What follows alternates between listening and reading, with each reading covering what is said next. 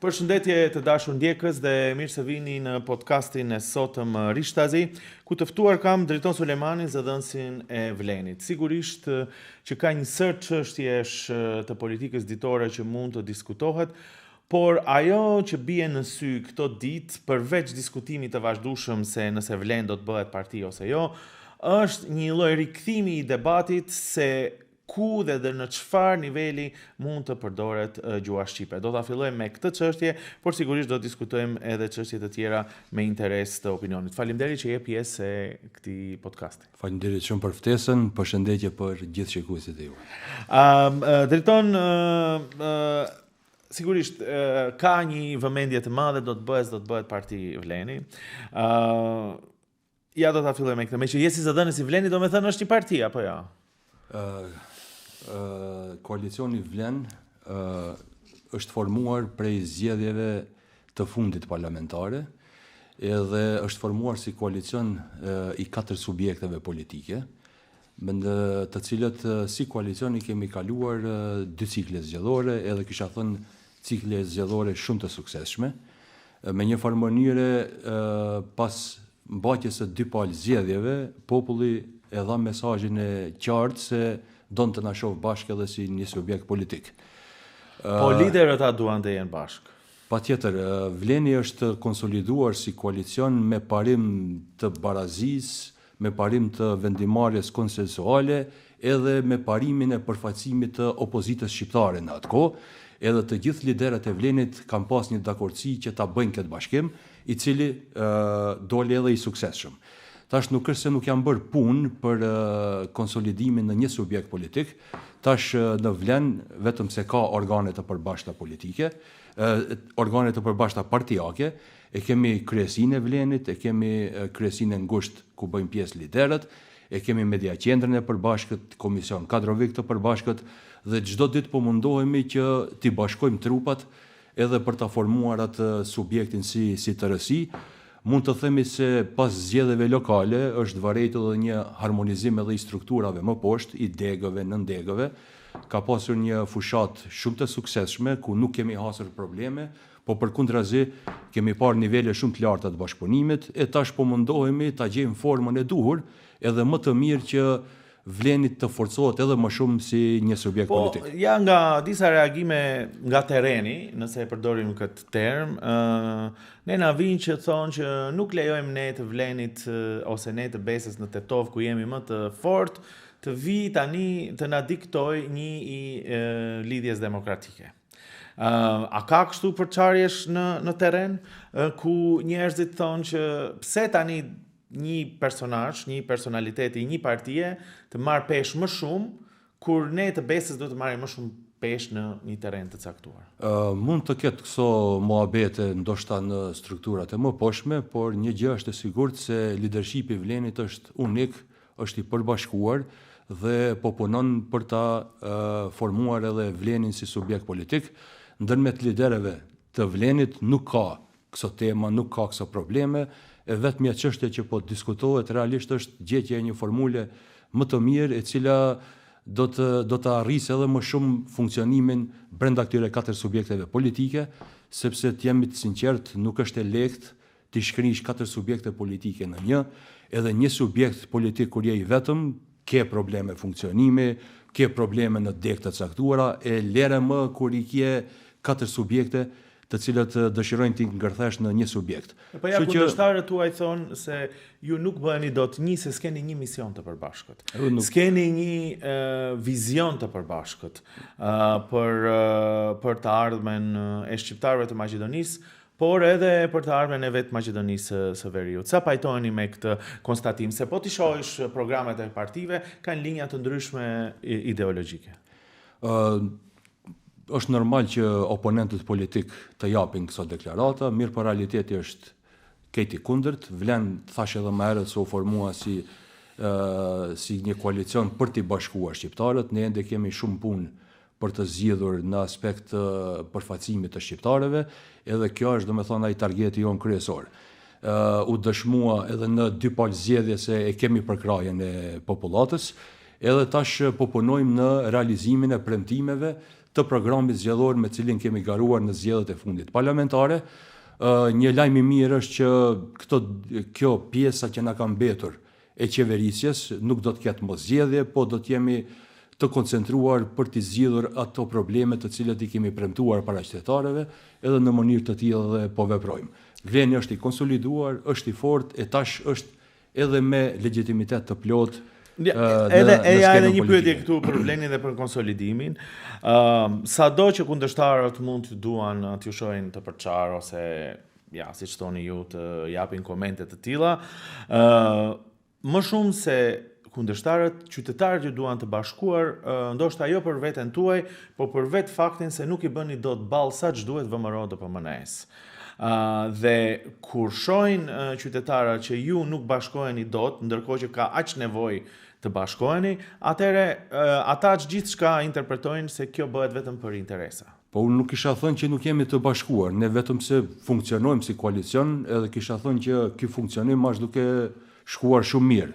Nuk është të çështja në raport me VMRO-n, nuk kemi hyrë ne aty të ballafaqohemi me VMRO-n. Po jo, po ti mbroni interesat e shqiptarëve. Patjetër. Dhe nëse ka nevojë, edhe do ballafaqohesh. Ne kemi garuar me program politik, kemi ndërtuar një koalicion i cili është i ndërtuar në bazë një partneriteti, edhe gjithçka e cila është në interesin ton, e interesi jonë është padyshim interesi i shqiptarëve, po e realizojmë me kalimin e kohës.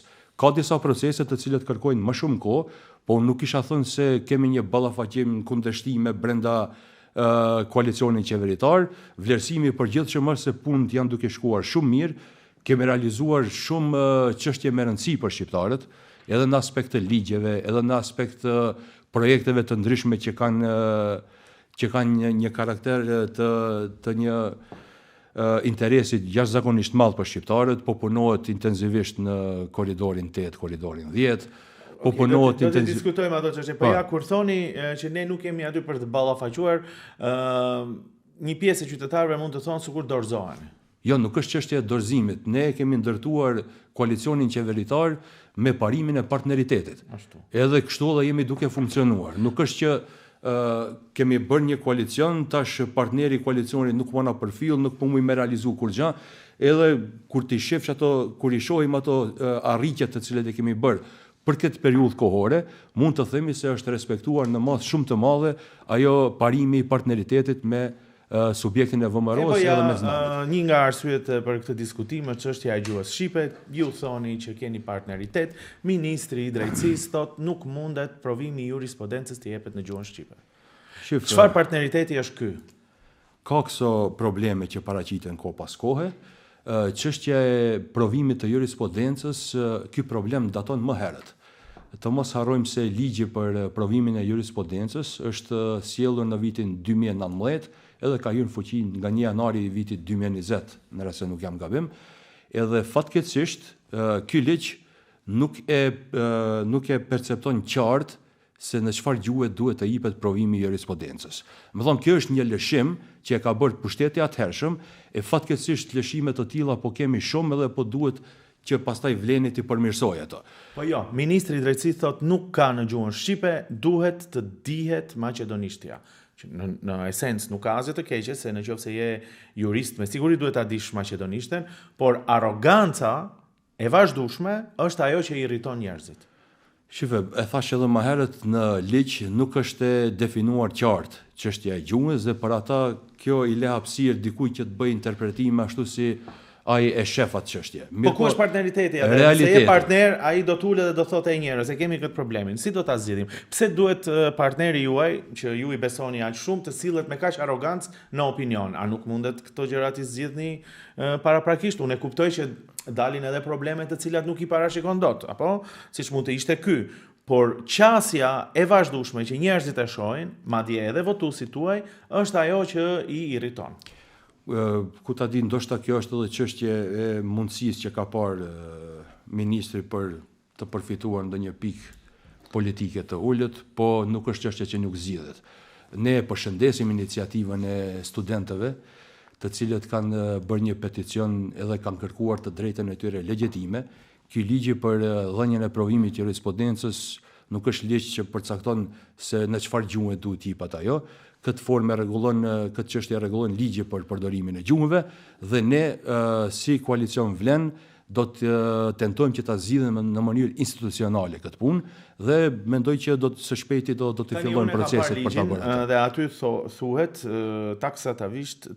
taksitivisht se pra unë kam parë ligjin dhe aty thuhet se provimi i jurisprudencës jepet në gjuhën maqedonase ose në gjuhën që e flet më së paku 20% e popullsisë. Dhe termi 20% e dim ne pse përdoret, po i referohet gjuhës shqipe. Ministri i Drejtësisë në vazhdimsi shpreh dhe Ministria e Drejtësisë një lloj arrogance për gjuhën shqipe. Këtë nuk mundet ta mohoni sepse e ka shprehur disa herë dhe kontradita nuk është aq shumë ndaj jush sepse lind problemi, se problemet ndoshta gjithmonë do dalin.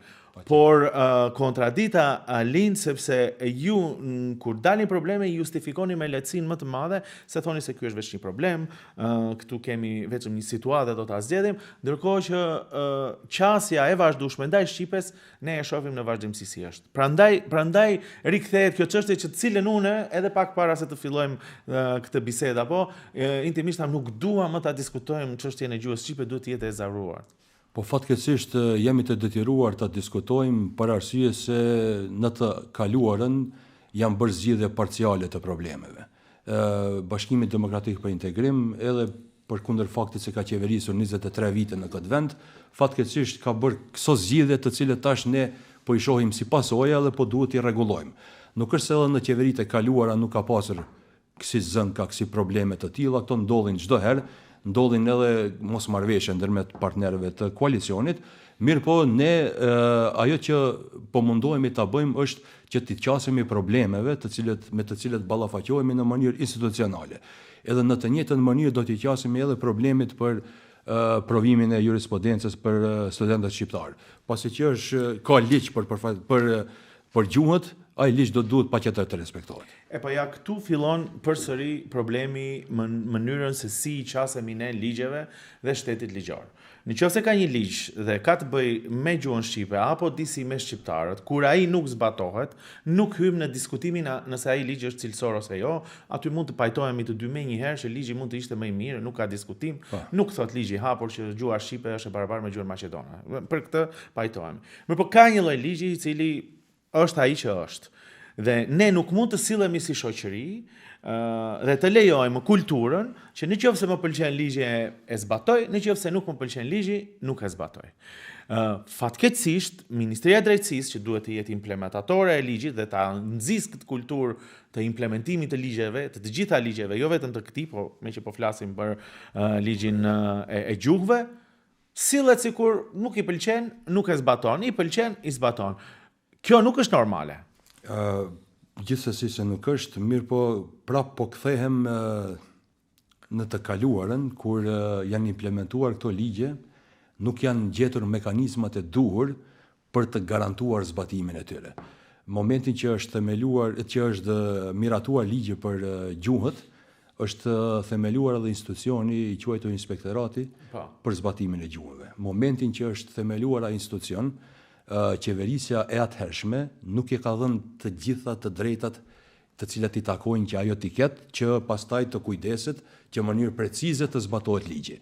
Fatkeqësisht, institucioni i themeluar në atë kohë ka qenë i themeluar pa organogram, pa kompetenca për të problematik në vetvete dhe nuk ka mekanizma imponuese. Këto zgjidhjet parciale tash po reflektohen në ditët e sotme dhe po na sjellin probleme, mirë po ne jemi zotuar se me çfarëdo problemi me cilin do të ballafaqohemi, do tentojmë ta zgjidhim. Edhe atë edhe po e bëjmë. Dal nga dal, disa procese me të vërtetë kërkojnë kohë për të zgjidhur në mënyrë institucionale, mirë po ajo që e kemi si target është që zgjidhjet që i ofrojmë mos të lejojmë që në të ardhmen të shfaqen prapë si probleme për qeverisë të ashme. Po ja këtu ka dy opsione. Një opsion është ta keni guxim ta hidhni në gjyq ministrin e drejtësisë që në vazhdimsi nuk zbaton ligjet të cilat ai mendon që nuk janë të duhura për vendin. Pse nuk merr pyetja është e logjikshme. Ministri i drejtësisë nëse mendon që ky ligj nuk është në rregull, merr një iniciativë, zhboje ligjin dhe pastaj vepro brenda ligjit. Nga ana tjetër dakord, pajtohemi që mekanizmat nuk janë ndërtuar siç duhet, inspektorati nuk funksionon siç duhet, nuk mund të fshifeni në kuptimin e dobësisë të ligjeve që i ka sjell BDI-a, por pse nuk e hedhni në gjyq? Ti dhe ministrin e thuaj pse nuk e zbaton ligjin, si çdo qytetar i zakonshëm i këtij vendi, i cili do të shkonte në gjyq nëse nuk e zbatonte një ligj.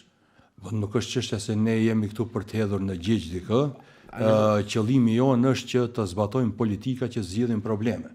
Nuk e kemi qëllimin me hedh në gjyq dikë, po thjesht ballafaqohemi me një problem të caktuar edhe mundohemi që t'i japim një zgjidhje institucionale atij problemi. Se edhe po ta hedhësh në gjyq ministrin, nuk është se e ke zgjidhur problemin. Realisht duhet zgjidhje konkrete institucionale.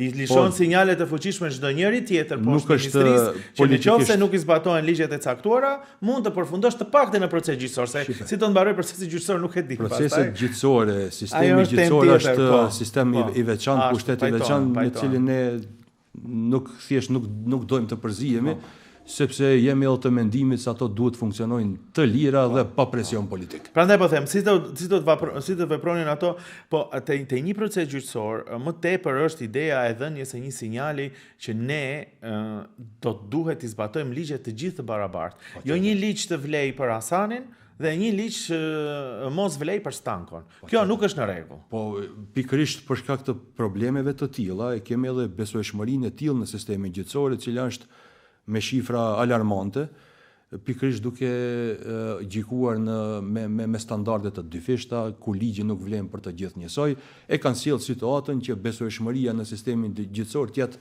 ajo që është. Po kur Ministria e Drejtësisë e bën këtë, atëherë vetë edhe besimi i qytetarëve tek politika, tek politikanët bie në këtë lloj mënyre. Unë mendoj që kjo është problem politik të cilën me siguri se do ta zgjidhim. Okej, për ta tejkalu tani kur ta zgjidhim, një çështje që mua personalisht, po edhe shumë qytetarëve na bën përshtypje është atë që edhe tham pak të dy, që kjo çështje do duhet të ishte mbyllur. Dhe më tepër se sa ligji, në këtë rast, ne shohim një mendësi në rritje, të cilët e cila mendësi sa mundet do ta zvogloj përdorimin e gjuhës shqipe në publik. Pyetja ime është, duke qenë një partneritet siç tha dhe ju që funksiononi shumë mirë, a nuk mund t'i ulni këto njerëz edhe një herë për gjithmonë ta kuptojnë se sa e rëndësishme është përdorimi i gjuhës shqipe për shqiptarët, që nuk i cënon maqedonasit, por që ka të bëj me gjithë indin politik të vetë shqiptarëve të Maqedonisë, se çdo gjë që ka filluar me vetdije politike në këtë vend ka të bëjë me të drejtën e përdorimit të gjuhës. Patjetër, pasi që ka ligj, ai ligj duhet të zbatohet. Po ja për te ligjit flas, ja një bisedë normale, kur nuk është se në të kaluarën është zbatuar ashtu si duhet. Po fatkeqësisht nuk e ka marrë ndoshta vëmendjen e duhur ai mos zbatim, se edhe në qeverisjen e BDI-s me LSDM, po dhe më herët ka pas institucione që nuk e kanë përfill gjuhën shqipe, po thjesht nuk kemi pas mekanizëm se si ta zgjidhim këtë. E fatkeqësisht ende vazhdojmë të mos e kemi mekanizmin e njëjtë, po ne për dallim prej atyre po punojmë që ta gjejmë mekanizmin edhe pastaj të detyrohet çdo kush që ta respektojë ligjin, sepse ligji është akt i lartë juridik i cili obligon çdo individ brenda shtetit që ta respektojë atë. Mirë po, plot fuqishmëria e ligjit bëhet kur në ligj ke të cekura edhe masat ndëshkuese në rast të mos respektimit të tyre. E fatkeqësisht deri tash ky ligj nuk ka qenë në gjendje të implementohet ashtu si duhet për shkak të mungesës së mekanizmave edhe zgjedhjeve parciale dhe të cunguara që ka lënë pushteti kaluar. A duhet ne jo thjesht vetëm si parti vlen apo si koalicion apo partia tjetër BDI, po thjesht si një shoqëri në këtë vend ti ulim këto shqiptarët e Maqedonasit për ta kuptuar rëndësinë e përdorimit të gjuhës shqipe që mos të shndrohet më në çështje politike. Dhe pyetja lind prap, sepse në qoftë se thua që kemi marrëdhënie shumë të mira të koalicionit, kjo bisedë bëhet e shtruar për t'ju thënë atyre njerëzve, leni këtë muhabet më se vërtet është e rëndësishme për ty, për mua, për të gjithë. Ma dëmton mua si partner koalicioni sepse e krijon këtë përshtypje. Dhe ne as këtë debat, as këtë diskutim kështu për te ligjit flas tani, nga aspekti njerëzor, diskutim i shpjegimit të funksionimit të shoqërisë nuk e shohim. Nuk është se nuk punojmë në këtë drejtim, në aspekt të ligjit, në aspekt të gjuhës kemi edhe shumë punë për të bërë. E dim që edhe në kushtetut gjuha shqipe ka një karakter ofendues për shqiptarët, gjuha e 20% që mendoj që në të ardhmen kjo patjetër se duhet të ndryshohet. Ne po punojmë në këtë drejtim, po padyshim që këto procese kaq të rëndësishme dojnë edhe pak kohë për të gjetur zgjidhje përfundimtare që nuk do të sjellin më probleme në të ardhmen. Dakor, atëherë si presupozohet të jetë zgjidhja ligjore, kushtetuese, çfarë po punohet? Çështja e 20% është diçka që kërkon ndryshime kushtetuese. Edhe ne thjesht e kemi dhënë edhe si premtim, edhe presim momentin e duhur që ta zgjidhim këtë problem. Ajo është momenti kur hapet kushtetuta. Dakor, dhe që nën kupton kur do të hapet kushtetuta edhe për ndryshimet e tjera kushtetuese, siç mund të jenë problemi mas apo i ndryshimit të e keni vërejtur ka gatishmëri edhe nga ana e kryeministrit për një gjë të tillë, ai ka deklaruar vetë se nuk ka asgjë kundër që ky 20% që të zaventsohet me çështjen e gjysmës. Me që po përmendni kushtetutën, se desha të pyes çështje të tjera, po hajde ta zhvillojmë bisedën ashtu siç rrjedh natyrshëm. Një nga shqetësimet ja të mëdha ndaj jush, ndaj Vlenit është se po këtë premtime dha, me afate madje, jo 6 muaj, jo 1 vit, jo kështu, dhe po kalojnë gati 2 vjet e qeverisjes dhe ndryshimet kushtetuese nuk po ndodhin. Jo vetëm për gjuhën, por sidomos për integrimet. Çfarë mund të thoni për këtë aspekt? A diskutohet brenda koalicionit tuaj se ka diçka që nuk shkon këtu, e kemi dhënë kën premtim dhe nuk po zbatohet? Po, patjetër. Integrimi në Bashkimin Evropian është diçka më prioritare që e kemi si koalicion, e kemi pasur edhe në programin tonë zgjedhor, edhe po punojmë çdo ditë për ta ofruar atë. Mirë po, siç e dim, kjo çështje nuk varet vetëm nga ne. Asnjëherë nuk është varur edhe nga subjekti politik në qeverisjen e kaluame, po kjo do një konsenzus më të gjerë të partive politike, ndryshime kushtetuese bëhen me 2/3 e votave, edhe pa pasur një konsenzus ndërmjet të gjithë partive politike, fatkeqësisht nuk mund të vim deri. Po ju kështu nuk thoshit kur hyrët në qeveri. Jo, thoshit kur hyrët në qeveri që për 6 muaj ne do ta zgjidhim këtë çështje. Ne për 6 muaj kemi thënë se do të hapim temën që të kemi hapa konkret se si të vim deri aty. Edhe nuk është që nuk kemi lëvizur në këtë aspekt, nga donjëherë afatet kohore që i përcakton jo çdo herë mund e ke edhe mundësinë që ti mbash deri në fund, por nuk është se jemi dorëzuar në këtë aspekt. Edhe ministri për çështje evropiane i kaluar Orhan Murtezani, po dhe zëvendës kryeministri i parë Bekim Sali në mënyrë intensive po punojnë në këtë drejtim. Edhe kryeministri Mickovski haptazie ka shprehur qëndrimin e tij se është pro antarësimit në Bashkimin Evropian. Mirë po, në aspekt të reformave po punojmë, ato detyrat tona të shtëpisë po i kryjmë në vazhdimsi, mirë po të gjithë e dim se kemi një problem bilateral me Republikën e Bullgarisë. Çështja e bllokimit të vazhdueshëm të Republikës Maqedonisë Veriut në rrugën e saj euroatlantike fatkeqësisht po sjell edhe probleme. Ne vetëm se kemi bërë si shtet disa investime në këtë drejtim, është ndryshuar emri i shtetit, edhe tash prap vjen deri te një edim. Edhe si qytetar vërtet ndihemi keq. Edhe si shqiptar, pavarësisht që ndoshta siç thuhet emocionalisht nuk jemi të lidhur, ne një lloj e ndjejmë ngecjen sepse jemi bashkë në të njëjtën anije, nuk mund të themi që jemi të veçantë. Por çështja ndaj jush është se a bëhet presion i duhur që të paktën sa më shpejt të mund të hapen negociatat. Dhe tani, te korniza që ekziston apo e marrëveshjes mes Maqedonisë dhe Bashkimit Evropian, vetëm ndryshimet kushtetuese përmenden. Dhe kjo është fakt, këtë e din ministra Tuj që i përmende, këtë e din zyrtarët e Bashkimit Evropian, këtë e thonë vazhdimisht ambasadorët, pra i vetmi kusht për momentin për të hapur negociatat është vetëm ndryshimet kushtetuese. Po, realisht ka gatishmëri për t'i bërë ato, e vetmja gjë që po kërkohet si qeveri është që të jipet një garancë se ky do të jetë, domethënë kurzimi i fundit që do ta marrë vendi jon dhe pasi që të hapet kushtetuta dhe të futen bullgarat në kushtetutë, ne do ta vazhdojmë rrugën drejt antarësimit në BE pa ndonjë pengesë tjetër. E tash kjo është edhe një çështje bilaterale të cilën ka vullnet politik edhe të qeverisë tonë për të hyrë edhe në negociata edhe me Republikën e Bullgarisë. Po fatkeqësisht në këto momente Republika e Bullgarisë nuk ka qeveri, nuk ka pas qeveri stabile, për momentin s'ka fare qeveri, po pritet që të mbahen zgjedhjet, të zgjidhet në qeveri, edhe padyshim që ne do të hym edhe në çështje të zgjidhjes së problemit në formë bilaterale. Që mos ta ripërsërisim. Ne dëgjuam kryeministrin hapur ku tha derisa jam unë kryeministër, nuk do të hapen negociatat, në qoftë se pra me dy kushtet që i dha. Kjo është shumë jo shpresdhënëse, ndërkohë që presidentja ka deklaruar duke thënë që Maqedonia do duhet të europianizohet, por ndoshta ajo duke qenë pjesë e Bashkimit Evropian.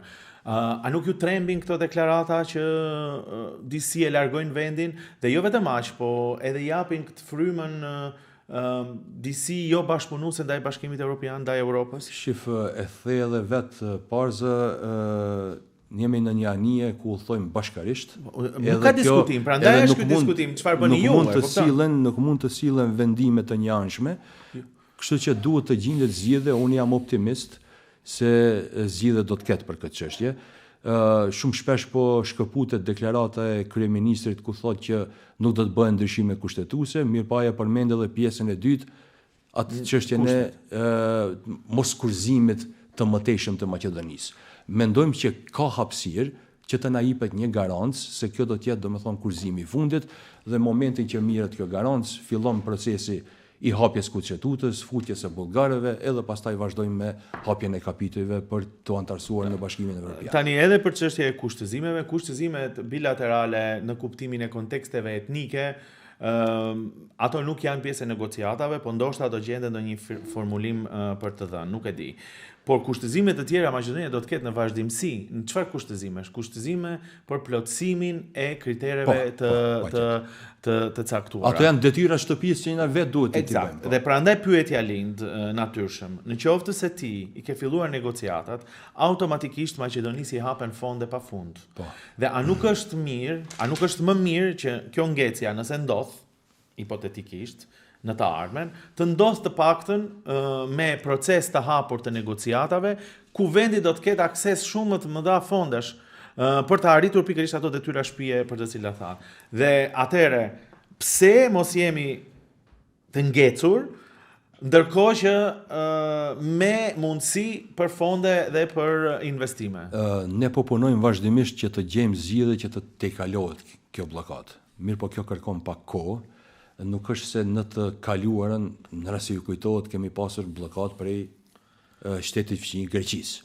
Biles atëherë kanë qenë edhe më të ashpra, biles atëherë kryeministri Gruevski pati hyrë në disa aventura të Maqedonisë antike, e nëse ju kujtohet në atë kohë BDI heshte, edhe shteti mbeti i bllokuar për një kohë të gjatë derisa u gjet zgjidhja. Ne mendojmë se nuk do të duhet presim për BE, atë sa kemi pritur për NATO, ta përkujtojmë opinionin se Maqedonia është vend kandidat për antarësim në BE prej vitit 2005, dhe ky proces fatkeqësisht nuk ka lëvizur që atëherë, e tash ne po mundohemi. Jo, nuk është vërtet. Maqedonia është në prag bashkë me Shqipërinë në procesin e fundit të antarësimit. Domethënë kjo është hapa i fundit, derisa të fillojnë pastaj të hapen kapitujt. Ne kishim mundër të him në BE para Bullgarisë. Po, kjo është e vërtetë. Edhe tash nuk do ta kishim problemin e kurzimit nga ana e Bullgarisë, po thjesht do të ishim ne ata të cilët do ta bikqyrmin Bullgarinë për të plotësuar. Jemi në një fazë realisht më afër asnjëherë kemi qenë, në fakt është faza e fundit e këtij procesi negociues. Pastaj fillojnë detyrat e shtëpisë konkrete me ndihmë financiare të vetë Bashkimit Evropian. Prandaj lind çështja, si ndaj jush, si parti që pse si bëjmë presion, unë e kuptoj dhe të gjithë opinioni ju mirë kupton se ju nuk mund të sillni ligjet vece, ato me vota duhet të sillen. Por presionin mund ta bëni me këto argumente. Jemi duke bërë. Këtë nuk e dëgjon dhe nuk e sheh opinionin. Jemi duke punuar bashkërisht me VMRO-n për të ardhur deri te zhbllokimi i situatës. Ajo është punë e përditshme që e bëjmë. Tash në këtë angazhim si krye negociator është edhe Zavens kryeministri i parë zotri Bekim Sali. Para 2 ditëve ka qenë në Bruksel ku është takuar me komisionerën për zgjerim zonjën Marta Kos, edhe në mënyrë të vazhdueshme ka kësi lloj takimesh në të cilën ne po mundohemi që ta tregojmë idenë tonë se po e dojmë një farë garance që nuk do të kurzohemi, edhe ta bëjmë pastaj ndryshime kushtetuese. Edhe sot ka pas tani jeni në linjë me kryeministrin në këtë sens në kuptimin e garancave dhe po jemi partner koalicioni dhe duhet bashkarisht të zgjidhim problemet. Edhe për problemet të cilat na tangojnë neve, patjetër se e kemi edhe për krajin e kryeministrit. Qeveria duhet funksionojë si një dhe si një të zgjidh problemet me të cilat ajo ballafaqohet. Në minutat në fund dua të pyes edhe pak më provokuat sepse edhe për një proces të kaluar disa herë ja vini fajin BDI-s. Që fakti që ata qeverisën në atë lloj mënyre si qeverisën tregoi arsyeën pse qytetarët ju votuan juve.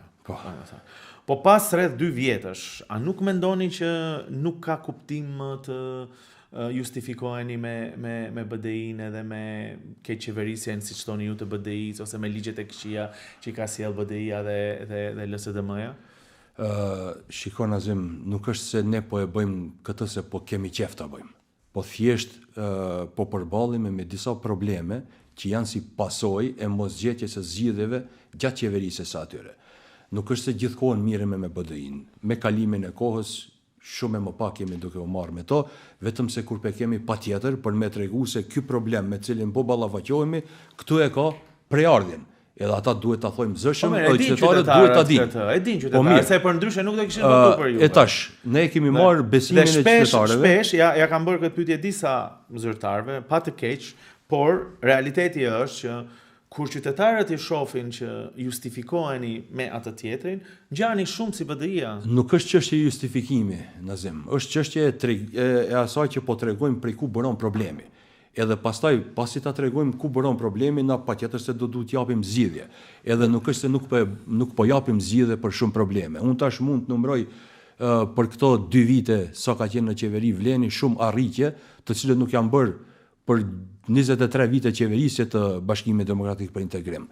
Për shembull, kemi çështjen e zgjidhjes problemit me medresantët, e cila është një problem që i tangon ato më shumë se 40 vite. Ne e zgjidhëm me ligj. Ministri i parë apo zoti Xhaferi, pastaj ju zoti Xhaferi e dha një zgjidhje me të cilën ngritet në nivel më të mirë. Dakor. Jo, zoti Xhaferi dha zgjidhje me të cilën i mashtroi. Ka 2 vite vetëm për çështje politike. Përmendur në vazhdimsi. Ne e zgjidhëm me ligj. Pastaj jemi është ka fundi procedura e sjelljes së ligjit për përfaqësim të drejtë dhe adekuat. Është një ligj i cili buron nga marrëveshja e Ohrit. BDI është zotuar se do ta zbatojë marrëveshjen e Ohrit dhe nuk ka qenë në gjendje për 23 vite të sjellë ligj. Edhe ky ligj, më falni që ju ndërpres, po edhe ky ligj ende nuk është i qartë si do jetë, sepse jo më larg se disa ditë më përpara, zëvendës kryeministri ishte këtu për qeverisje të mirë, i cili tha se ligji do duhet rishkruar edhe një herë me gjithë vërejtjet dhe nuk e kemi parë ende. Kështu që nuk mund ta thoni që keni bërë sepse nuk e kemi parë ende. Ne kemi punuar në këtë drejtim, kemi dhënë zotim se do ta sjellim. Po nuk është zgjidhje, se ti sapo the që ne kemi zgjidhur çështje që BDI-ja 23 vjet nuk i ka zgjidhur. Kjo nuk është zgjidhur. Po zgjidhim Nazim. Okej, dakor. Tash ligji e ka kaluar komisionin. Po, ligji e ka kaluar komisionin e Venedikut. Tash do të hyjë në procedurë parlamentare, në sistemin ENER do dalë në diskutim publik, edhe aty presim normal edhe sugjerimet. Ende jemi duke pritur për ta. Interesi jon është që të sjellim një ligj që është për të mirën e të gjithëve. Nuk po themi se ne jemi më të mençurit, po zbulojmë ujin e nxehtë ku ta di çka. Thjesht jemi të interesuar të gjejmë një ligj që është për të mirën e gjithëve dhe përfundimisht do ta përmbyll temën e përfaqësimit drejt adekuat. Pas gjithë atyre debateve që u bën për shfuqizimin e balancuesit, për ato propagandën e zezë të BDI-s se shqiptarët nuk po përjashtohen për institucioneve, që nuk ka të bëjë fare me atë punë, prej kohës kur Vleni është në qeveri pa balancues, përfaqësimi drejt i shqiptarëve është rritur sipas informatave të mia për 0.4%. Kështu që gjithë ajo propaganda e zezë që po e bën BDI realisht nuk ka asgjë të vërtetë aty. Edhe pse balancuesin janë munduar që fajin të na lënë neve, ata vetë kanë propozuar heqjen e balancuesit, nuk është se ka qenë sistem perfekt. E qartë, është diskutuar, sepse është keq përdorur. Nuk dua të ta markohen, po vërtet i kemi diskutuar edhe në këtë studio dhe realisht tani ashtu siç kanë funksionuar e rrjedhur gjëra, duhet të pretet të shihet ky propozim ligji për të parë nëse do të jetë një variant më i mirë se balancuesi ose jo. Ju thoni që po, ne ju mbajmë për fjalë, nuk ka asgjë të keqe. Çfarë dua të përmend, e përmendet të mirën e përgjithshme. Por shtypja e madhe e qytetarëve është drejton Sulemani se ka një antagonizëm aq të madh, një përplasje aq të madhe mes Vlenit dhe BDI-s, sa disa herë të dyja bashkë errsoheni në zënkat tuaja dhe nuk e merrni parasysh pikërisht këtë të mirën e përgjithshme. Dhe çfarë dua të them këtu? Çështja për përfaqësimin e drejtë, çështja për gjuhën, është një synim që të dyja bloqet politike ju doni të arrini. Pse për këtë duhet të keni zënka kaq shumë dhe nuk duhet të uleni bashkë të thoni prisni se më poshtë e kaq nuk mund të lejojmë ne këtë. Ose nuk ka diskutim, nuk kam dëgjuar shqiptarë në Maqedoni që do thotë që nuk e dua gjuhën shqipe të barabartë si maqedonishtën. Ju me këto premtime i merrni votat. Pse për këto probleme, pavarësisht kush e ka pas fajin deri tani jemi në një fazë tjetër, ju jeni të parët. Nga ju kërkohen zgjidhjet, apo? Pse gjithmonë duket sikur ka një lloj zënke të panevojshme, ndërkohë që harohet e mira e përgjithshme e shqiptarëve, por edhe gjithë të tjerëve. Po marr parasysh perceptimit se kemi zënka me BDI-n, që është e vërtetë që kemi, kjo më shumë është faji i BDI-s, ne prap po punojmë për të zgjidhur problemet e qytetarëve. Problemi është i BDI-s kryesisht se ende nuk është pajtuar me realitetin se është parti opozitare, dhe fatkeqësisht po shohin mënyra të ndryshme për t'ju vardisur kryeministrit që me çdo kusht janë pjesë e qeverisë. Ata, sipas informatave tona, kanë pranuar që të jenë pjesë e qeverisë edhe me një ministri më pak se Vleni, edhe pa krye parlamentar. Domethënë më nuk po i zgjedhin mjetet, edhe fatkeqësisht nuk e kanë pranuar realitetin të cilin u kanë treguar shqiptarët. Ato janë parti opozitare dhe sa më shpejt që ta kuptojnë atë dhe të fillojnë të sillen në mënyrë konstruktive, aq më shpejt ne do t'i kalojmë problemet që i kemi me opozitën shqiptare. Neve na duhet një opozitë që është korrektiv i yni, na duhet një opozitë që për çështje të caktuara të jetë ndihmëse jona, që kur ka të bëje për të mirën e përgjithshme. Po juve nuk e përjetoni tani të jemi të sinqertë. Ata kanë fajet e veta. Jo, me një shembull konkret, dua ta them këtë. Në një pjesë të kritikave që bëjnë, nuk është që s'ju mban kritikat. E merremi vesh se jo se është BDI-a, po sepse duke mos qenë në pushtet, me siguri është shumë më lehtë për t'i bërë kritikat, por kritikat nuk është që krejt nuk ju mbajnë. Dhe perceptimi qytetar është pikërisht kjo. Tani çfarë thot BDI-a ose LSDM-ja, kushdo që të jetë në opozit, hidhet poshtë me dashakeqësinë më të madhe, ndërkohë që propozimet e tyre ndonjëherë edhe mbajnë, nuk është që mund të hidhen komplet poshtë. Ne i hedhim poshtë me argumente, edhe me punë të cilat realisht i kemi bërë. Një shembull deshta ta jap për jo konstruktivitetin e BDI-s në këtë proces, tash kur ishte ligji për Safe City-n, pat takim të liderëve, u dakordësua me gjithë atyre që ishin prezent aty që ta përkrajnë këtë ligj, edhe në momentin kur BDI e pa një rrugë për të fituar pikë të ulta politike, doli kundër ligjit, kinse është në dëm të shqiptarëve, që nuk është fare. Ja, në fund do ta mbyllim me Safe City-n. Dua thjesht me faktin që përmendet këtë elementin që BDI-a me çdo kush do të vijë në qeveri. Po pse u trem kjo? Juve në qoftë se keni marrëdhënie të mira me partnerët e koalicionit, partia opozitare gjithmonë do të vinë në pushtet. Kjo s'është diçka e re. Pse ju trem kjo gjë? Le të vinë, ai nuk është presion, ai presion do ekzistojë gjithmonë, edhe tani, edhe pas 2 vjetëve, edhe pas 7 vjetëve, opozita gjithmonë do dëshiroj të vijë në pushtet. Edhe ju kur ishit opozitë, doni të vini në pushtet. Pse duhet t'u trem kjo si koncept veprimi? Kjo është gjëja më normale që një opozit do të vijë në pushtet. Nuk është çështje që na tremb, opozita duhet vijë në pushtet pas organizimit të zgjedhjeve. E jo momentin që i humb zgjedhjet, pastaj 4 vite të tentoj të hyj prej nga ajo dera e vogël. Që jemi mësuar. Po tani prapë do lidhemi. Fakti që jeni të pabashkuar dhe një parti e krijon këtë pasiguri. Jo, njëri po iku nga jush, ne jemi prap koalicion, ani pse nuk jemi një parti. Ne jemi prap koalicion dhe po funksionojmë si një. Te rreti pse qytetarët e duan faktin që të jeni një parti është kjo, që mos shkëputet një subjekt ose një grupacion i atij koalicionit tuaj dhe të vijë një tjetër, mund mos jetë BDI-a, mund të jetë edhe një parti tjetër, që mund të zavancojë. Nuk është çështje e shkëputjes tu, vlen edhe pse nuk është për momentin një subjekt politik, ajo funksionon sikur një dhe ka plot të arritura, të cilat e kemi bërë gjatë këtyre 2 viteve qeverisje. Jo vetëm çështja e ligjeve, kemi rritur rrogat për arsimtarët për 12%. Kemi rritur rrogat në shëndetësi për 15%, kemi rritur rrogat e policëve për 10%. Kemi dhënë shumë fonde për bizneset edhe për të rinjët që dëshirojnë të mire me biznes, kanë aplikuar, i kanë fituar ato fonde, ne po punojmë në mënyrë të vazhdueshme për të gjithë nuk pajtohen të gjithë, ti edhe vetë e din. Po ja, fakti i fundit është ndarja e fondeve në Ministrinë e Kulturës. Domethënë, çfarë jepet për projekte shqiptare është shumë pak se ç'është dhënë më përpara. Tani, duhet të them që gjithmonë ka argumente pro dhe kundër. Po frika se do të vi BDI-ja në qeveri, do ty në qeveri, krijohet sikur ju e ulni pazarin vetëm sepse keni frikë që BDI-ja mos vi. Kjo frikë nuk e kemi fare, nuk është prezente. Ne prap po vazhdojmë me punët tona, bile nuk e bëjmë mend që BDI po tenton me një qeveri, ne kemi legitimitetin e shqiptarëve, edhe po mundohemi programin të cilën ne kemi premtuar para tyre që ta realizojmë deri në fund. Kemi bërë shumë punë, po na ka mbetur edhe shumë punë tjera për të bërë, edhe çështja se çka tenton BDI është irelevante për neve. Nesër mund të him në zgjedhje dhe prapti mundim, po nuk mendojmë se ajo jep ndonjë zgjedhje të caktuar.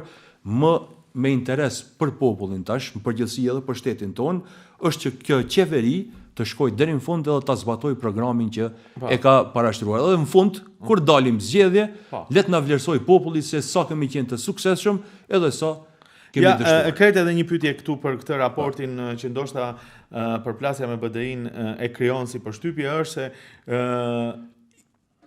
në sytë e opinionit, kush e di çfarë të bëjë VMRO-ja, ju vetëm se nuk do doni që të lejoni hyrjen e BDI-s në qeveri, nuk do t'ikni asnjëherë nga ajo qeveri. Pra pyetja është, çfarë duhet të ndodh, nëse ndodh diçka, çfarë duhet të ndodh që vlen me gjithë këtë kapacitet që e ka, siç e thoni edhe ju, të thot stop, ne ikim nga qeveria, nuk e tolerojmë më këtë gjë. Kjo nuk bëhet për arsye të BDI-s, kjo mund ndodh vetëm në rastin kur programi ynë dhe premtimet tona nuk ecin përpara. Vetëm në atë rast ne mund ta diskutojmë çështjen e daljes nga qeveria, mirë po diçka të tillë për momentin nuk ka. I përmenda shumë sende të cilat e kemi arritur, kemi edhe shumë për të bërë në këtë aspekt, edhe jemi komod tash që kemi edhe një legitimitet edhe më të fortë pas zgjedhjeve lokale ku i fituam 10 komuna, edhe tash na ka mbetur që koha derisa të mbarojë mandati i qeverisë ti përmbyllim të gjitha zotimet që i kemi dhënë para qytetarëve. Dakor, të gjithë po thonë që s'do ketë zgjedhje të parakohshme, opinionistë ndryshëm thonë që ka, po atë do ta lëm. Në fund desha të pyes thjesht për Safe City-n, me që lidhet me këtë kundërshtimin, po e përmende edhe ti, është ja një vlerësim që dha opozita, tha që Safe City do funksionojë vetëm te zonat shqiptare, më tepër do të dënohen më shumë shqiptar. Mban ky argument sipas jush? As pak. Këto janë argumentime jo serioze, edhe presim që opozita të bëhet më serioze në argumentimin e propozimeve të tyre dhe mendimeve të tyre. Siguria e qytetarëve është e drejtë kushtetuese e garantuar edhe ligjore. Edhe deri sot, para se me implementuar Safe City, të gjithë jemi dashur të respektojmë shenjat e komunikacionit dhe rregullat. Nuk është se ato po vendosen zbatim prej sot. Kanë ekzistuar prej kur ekziston shteti. Mirë po kur kemi parë edhe kemi vërejtur se numri aksidenteve është rritur dukshëm, se filluan të shkelin qytetarët edhe në përviz bardha, më thonë kjo është një alarm për qeverinë se duhet ndërmerr diçka. Sistemi Safe City është sistem për të mirën e qytetarëve që e rrit sigurinë e tyre, edhe të gjithë ato të cilët janë të papërgjegjshëm, ata vetëm se janë të rrezikuar nga pagesa e dënimit. Kjo përshtypja që shqiptarët targetohen, se Kumanov, Tetov, Shkup... Jo, t'jap argument se nuk është e vërtet kjo. Në rast se i mbledhim popullsinë e Kumanovës, Shkupit edhe Tetovës, dikun 418.000 banor janë Maqedonas, dikun 238.000 banor janë shqiptar, edhe të tjerë ka. Do me thonë, dy fish ka më shumë Maqedonas, që me probabilitet mund të paguajnë më shumë dënime. Do me thonë, nuk mban kjo çështja se te shqiptarët po e vendosën, kamera që e madh shpejtësien nuk e zgjedh, nuk inqizon në bazë të kombësisë. E shkel ligjin të kap kamera, nuk e shkel ligjin Shumë, okay. Edhe në fund për këtë pjesë, një nga argumentet tjera është se një pjesë e qytetarëve të Maqedonisë targetohen dhe një pjesë jo. Dhe këtu duket s'ka lidhje etnia më, po thjesht si qytetar, duket që vetëm një pjesë targetohen me këtë ligjin. Dhe ka një lloj pabarazie. Mendoni që mban ky argument? Pabarazia nuk është prezente te ligji, po është prezente te implementimi i ligjit, sepse në ligji vlen për gjithë territorin e shtetit. Po mund të jetë kjo argument që të bine gjykatën kushtetuese? Nuk besoj. Nuk besoj se ligji e kap gjithë territorin e shtetit, kurse pse ka filluar pikërisht këtu, ka filluar për arsye se janë evidentuar aksidente me numër më të madh në këto 3 qytete. Janë qytete me numrin më të madh banorëve, janë qytete me komunikacion më të dendur dhe për këtë arsye mundësitë për ta implementuar janë për momentin kaq. Mirë po, shumë shpejt sistemi Safe City do zgjerohet edhe në për qytete tjera, se atëherë në rast se nuk e bëjmë këtë, me të vërtetë do të ishte diskriminim, mirë po diskriminim për të tjerët, jo për Kumanovën, Shkupin edhe Tetovën. Për gjithë qytetarët në këtë rast. Diskriminim se nuk po e ofrojmë sigurinë edhe qytetarëve të Gostivarit, edhe qytetarëve të Strugës, të Gjevgjelisë e kështu me radhë. Dhe krejt në fund e përmendëm një reagim për ndarjen e buxhetit në kulturë. Realisht shifrat nëse i shikon, ka një diskrapancë të asaj se sa jepet për atë që quhen projekte shqiptare dhe të tjerat. Pajtoheni me kritikat? Jo, nuk pajtohem. Në përgjithësi, 2 konkurset e fundit është bërë më e vështirë ardhja deri tek fondet për shkak të kriteriumeve të vendosura që ndoshta nuk kanë qenë të precizuara sa duhet në të kaluarën. Kultura nuk duhet të shikohet vetëm në aspektin etnik. Për shembull, ka festivale të ndryshme të cilët financohen, për shembull jazz festivali. Çfarë etnie do t'i vendosim jazz festivali? Domethënë janë të përgjithshme. Jo, dallimi diku është, jo te jazz festivali, po nëse ja ndalon fondit. Jo, kur bën krahasimet e përqindjeve, nuk mundem nëse ja ndalon parat jazz festivalit në Tetov dhe ja jep vetëm jazz festivalit në Shkup, këtu është diskriminimi. Jo se jazzi si muzikë ka etni. Një festival që quhet Otello është Shakespeare-i. Nëse ti e ndalon një festival të Shakespeare-it apo të festival teatror në një qytet shqiptar dhe nuk i jep mundësi atij qytetarit të shohë një teatr dhe jep mundësinë vetëm një qytetari tjetër, këtu është diskriminimi. Jo gjithçka ka element etnik, po kush e organizon, si ndahen fondet, sepse ato fonde në fund të fundit vijnë nga të gjithë ne. Kur hyhet në konkurse të tilla, gjithmonë ka të kënaqur dhe të pakënaqur. Ajo e cila është dashur ministria ta zbatoj është që të krijojë komisione profesioniste të përbërë për profesionistëve, nuk ka pasur komisione të tilla. Ka pas. Domethënë kanë qenë profesionistë të atyre lëmive, pastaj gjitha të cilët kanë aplikuar, kanë kaluar nëpër ato komisione, edhe ata të cilët i kanë plotësuar kushtet, i kanë marrë fondet, ata të cilët kanë ngecur me kushtet, nuk i kanë marrë fondet. Tash nuk e di saktë. Nuk e di saktë me shumë intervista që kanë bërë, pikërisht në çështjen e kulturës, përpara kanë pas zyrtar të BDI-s, të njëjtin përgjigje ma kanë dhënë. Po jo, është çështje institucionale në zim. Është çështje institucionale, çështje e kritereve. Tash nuk kisha dashur me hin në projekte konkrete se nuk i kam informatur. Nuk duhet të vëmë. Otello tash që nuk e ka fituar ato mjete. Jo, më përmendi se e përmendi Duhet ta shohim pse nuk e ka fituar ato mjete. Edhe unë. Në rast se ka diçka argument, ato kanë të drejtë ankese. Edhe në rast se kanë argumente në favor të tyre, prapë do financohet. Se përmendet jazzin për të dhënë një lloj pasqyrimi se edhe unë nuk e kam parë dokumentacionin, por çështja në kulturë që është shumë e rëndësishme, ndoshta meriton një diskutim tjetër, por thjesht desha një reagim të fundit me që ka interes në opinion. Drejton Sulemani, vërtet shumë faleminderit për këtë bisedë të hapur dhe direkte dhe mendoj me interes për qytetarët. Faleminderit edhe juve për mundësinë. Të dashur ndjekës, faleminderit edhe një herë që na ndiqni në podcastin tonë Rishtazi. Sigurisht ne do të vim sërish bashkë, deri atëherë mirupafshim.